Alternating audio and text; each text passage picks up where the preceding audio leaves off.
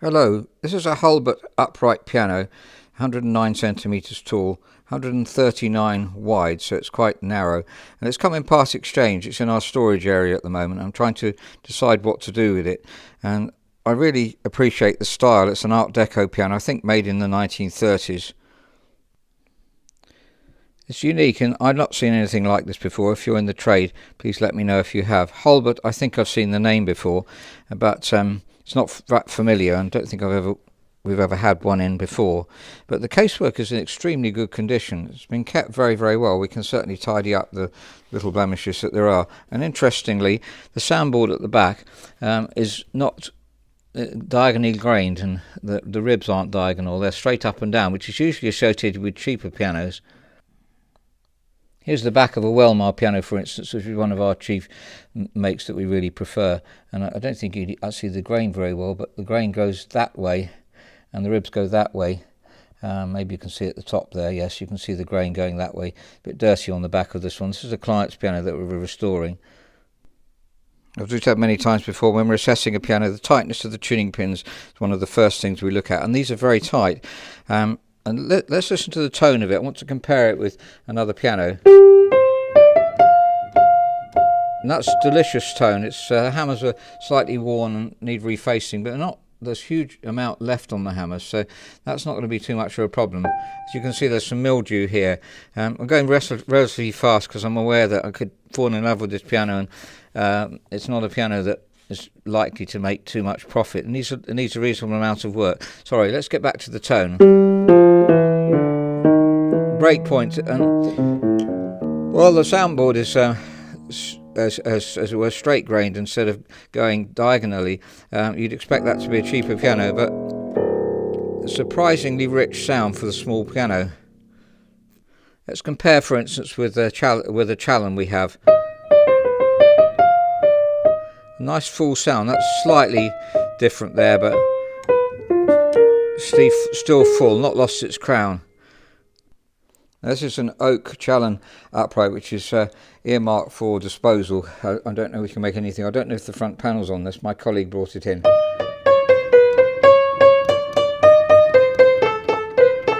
Challens can be very, very good pianos, obviously. But it's quite harsh sounding. Back to the Hulbert. Very, very pleasant tone indeed. I'm very surprised. This is at concert pitch too.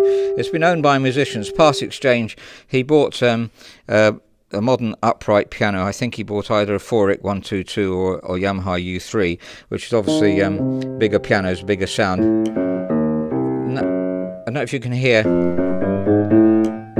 that sound. That's a missing felt behind the jack here, so that's an evidence of moth, and there's a bit of moth under the keys, but not a huge amount, so it is restorable.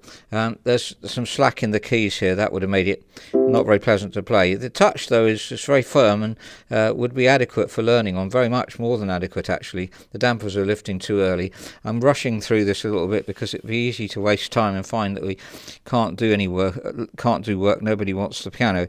There's a part exchange, but I would love to keep this piano in service. I think it has a delicious sound. I would personally prefer the tone much, much better than a digital piano. And once the touch is sorted out, it's a very well-made piano. So I would love to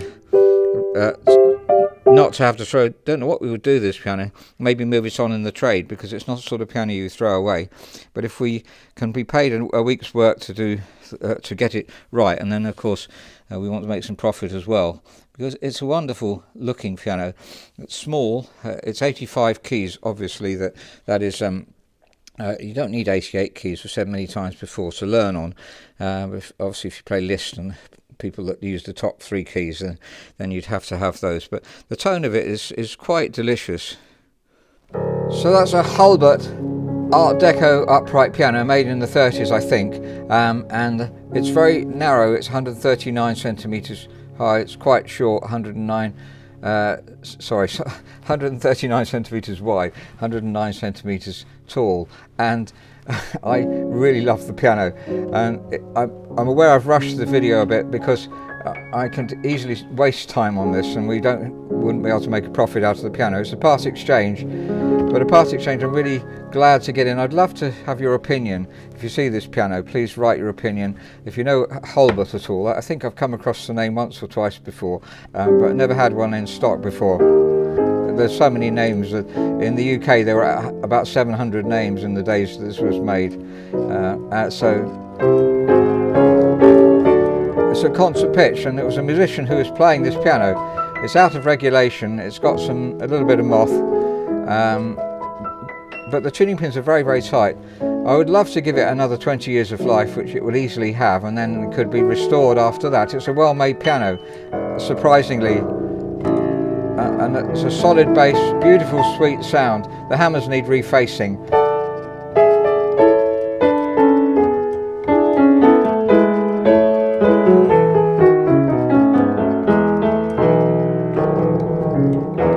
Wherever you play it, it's a beautiful tone, very beautiful tone.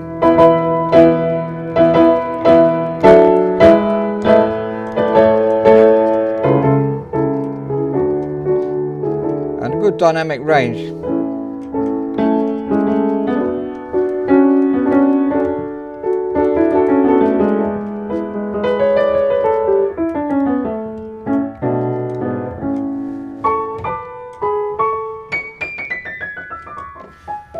In tune, I think it was regularly tuned actually. So the client's bought a much larger piano. I think it's either a 122 4-ick or a Yamaha U3, which we've got plenty of videos on that some of our preferred makes of the sort of mid-range price. I've gone a bit fast. I'm well aware, as I say, that I could waste time on this, but I would love to recycle this piano, as it were. If you're in the trade and would like to buy it and restore it yourself, then that would be wonderful too. But any way to keep this piano for another 20 years and then perhaps fully restore after that, because it's a wonderfully made piano. Although it's clearly made to a budget, it's very, very well made, and this very tasteless. Of course, this music stand folds inside, as you are probably aware, and there we go, folding inside. So, and you can push that down, so it's just a beautiful piece of furniture. These sort of things we can easily improve, and not get totally perfect, but it's going to be very easy to improve that. Unusual, and an unusual video I'm making, but please give your opinion. Just as an aside to finish off with, it's surprising how many musicians are using pianos that need regulating and have problems with them. So if you've got a piano, and it's well worth asking your technician to just, as it were, give it a good look over once every, say, 10 piano tunings, and just to make sure that the piano hasn't got moth, that it doesn't need regulating, that kind of thing.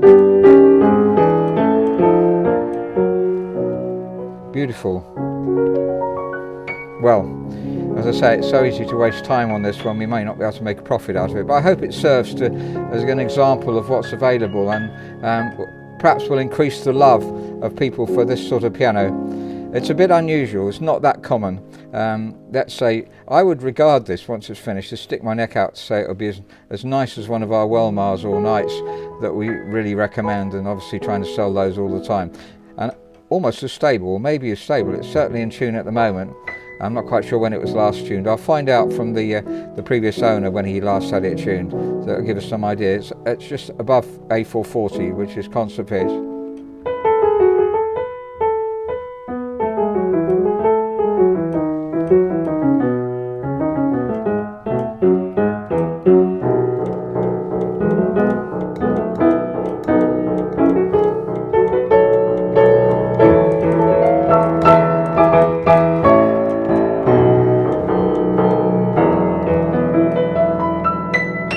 Thank you very much for listening.